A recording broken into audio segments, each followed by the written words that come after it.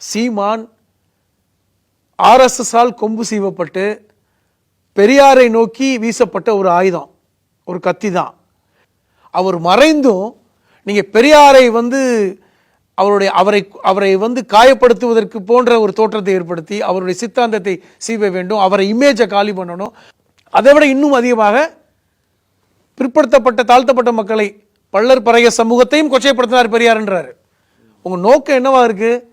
பெரியாரை ஆதரிக்கின்றவர்கள் சிறுபான்மை மக்கள் அல்லது பிற்படுத்தப்பட்ட மக்கள் அல்லது இழிவு நிலை என்று சொல்லி அவர்களுக்காக விடுதலைக்காக போராடிய அந்த யாரெல்லாம் கொண்டாடுகிறார்களோ அவர்கள், அம்பேத்கரை போன்று நேசிக்கிறவர்கள், அம்பேத்கரோடு ஒப்பிடுகிறவர்கள் கிடையாது. அம்பேத்கர் வேறு பெரியார் வேறு என்று பிரிவினை எப்படி சொல்ல வர்றாங்க? பெரியார் அம்பேத்கரை போன்றும் அல்ல, பெரியார் சிறுபான்மை மக்களுக்கும் ஒரே தட்டில் வைக்காதீங்க, அவர் தமிழர்களுக்கும் எதிரானவர். எப்படி பல முனைகளில் நீங்க தாக்குறீங்கல்ல, பல முனைகளில் தாக்குறீங்க. உங்க நோக்கம் என்ன? அதில் ஒரு அம்பு தானே சீமான். எச் ராஜா ஒரு பக்கம் தாக்குற மாதிரி நீங்க ஒரு பக்கம் தாக்குறீங்க. அப்போ பட்டவர்த்தனமாக தெரிகிறது நீங்கள் ஆர்எஸ்எஸ் உடைய அடியாளாக இன்னைக்கு வேலை பார்க்குறீங்க.